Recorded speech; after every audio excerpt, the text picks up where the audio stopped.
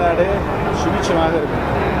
அதற்குரிய காரியங்கள் பரிபாலனங்களை இந்த தர்மயுத்தம் கொண்டது உரிமை குழு உறுதியாக செய்யும். 10 ஆண்டு காலம் திரு நரேந்திர மோடிஜி அவர்கள் இந்திய நாட்டின் பிரதமராக இருந்து பல நல்ல திட்டங்களை நாட்டு மக்களுக்கு அர்ப்பணித்திருக்கிறார். அதோடு மட்டுமல்லாமல் வெளிநாடுகளில் வளர்ச்சியடைந்த பல நாடுகள் 200க்கும் மேற்பட்ட நாடுகளிலிருந்து இருங்க முடிச்சுக்கிறீங்க. ரொம்ப அவசரப்படுறீங்க. பல பெரும்பான்மையான வளர்ச்சியடைந்த நாடுகள் இந்தியாவினுடைய பெருமையை உலக நாட்டிற்கும் அனைத்திற்கும் எடுத்துச் சென்றிருக்கிறார் திரு நரேந்திர மோடி என்ற பெருமை அவருக்கு வந்து சேர்ந்திருக்கிறார். அது நம்ம நாட்டுக்கு கிடைத்த மிகப்பெரிய பெருமை.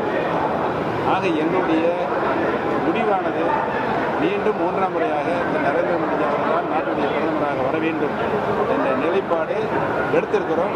இது ஏற்கனவே நாங்கள் அந்த கூட்டணி தான் இருக்கிறோம், தொடர்ந்து இருந்து கொண்டிருக்கிறோம். அந்த முடிவு தான் எங்களுடைய முடிவு.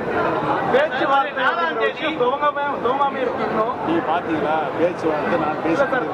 மோடி அவர்கள் வந்தப்போ பன்னீர்செல்வம் போய் சந்திக்கல கேளுங்க.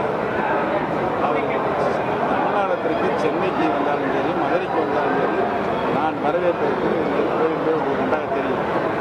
நன்றாக தெரியும். ஆனால் இன்றும் நான் அவங்களோட மரியாதை இருக்கிறேன், அவர்களும் எங்களோட மரியாதை இருக்கிறார். ஆகவே இதில் எந்தவித பிரச்சனைக்கும் இடமில்லை. என்னுடைய நோக்கம் நரேந்திர மோடி அவர்கள் பாரத பிரதமராக வர வேண்டும் என்பதுதான் ஒரே நோக்கமாக இருக்கிறது. நீங்கள் சிந்து பிடிச்சி வர வேலையெல்லாம் தயவுசெய்து வேணாம். வேற கேள்வி. சின்னம் கிடைக்கவில்லை என்றால் தாமரையில் நின்று போட்டியிட ஓபிஎஸ் தரப்பு அது பின்னால் சொல்லுவோம்.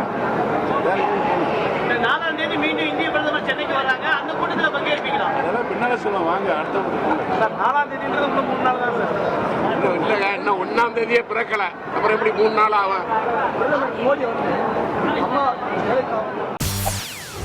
செய்திகளை உடனுக்குடன் தெரிந்து கொள்ள உடனே சப்ஸ்கிரைப் பண்ணுங்க.